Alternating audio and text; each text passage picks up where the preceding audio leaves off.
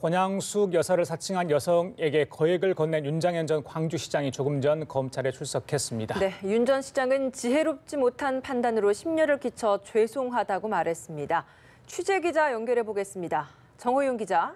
네, 검찰에 출석한 윤장현 전 광주시장은 무거운 표정으로 입을 열었습니다. 윤 전 시장은 지혜롭지 못한 판단으로 국민께 송구를 끼쳐 죄송하다고 말했습니다. 또 사실을 바탕으로 거짓 없이 조사에 임할 것이라면서 공천 제한 부분 역시 검찰 조사에서 자세히 밝힐 것이라고 말한 뒤 조사실로 향했습니다. 의료봉사를 위해 네팔에 머무르던 윤 전 시장은 정해진 일정을 마친 뒤에도 귀국을 미뤄왔는데요. 지난 5일 검찰의 소환에도 응하지 않았습니다. 하지만 수사가 활발하게 진행되면서 윤 전 시장도 심리적 압박을 받은 것으로 보입니다. 윤 전 시장은 결국 어제 새벽 전격 귀국했고 공항에서 기다리던 수사팀에게 약식 조사를 받았습니다.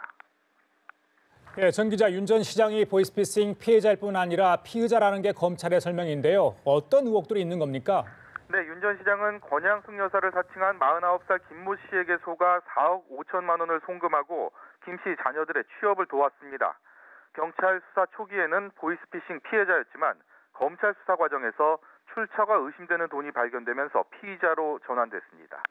검찰은 공직선거법 위반과 직권남용, 업무방해 혐의 등을 적용하는 한편 주변인 조사도 동시에 진행해왔습니다. 검찰은 앞서 사기범 김 씨를 구속 상태에서 재판에 넘겼는데요.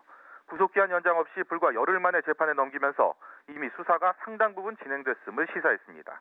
또 채용 청탁 사건에 연루된 관계자들도 줄줄이 소환해 조사를 마쳤습니다. 네, 그럼 오늘 조사는 어떻게 진행되는 겁니까?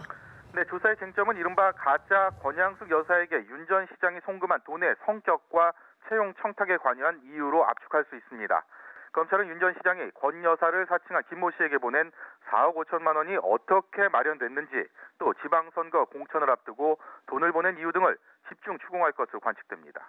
뿐만 아니라 김 씨가 자신들의 자녀들을 노 전 대통령의 혼외자라고 속여 취업을 청탁한 것에 대해 윤 전 시장이 실제 행동에 옮긴 이유와 과정에 대해서도 비중 있게 캐물을 예정입니다. 확인해야 할 것이 많은 만큼 오늘 조사는 늦은 시간까지 진행될 것으로 보입니다.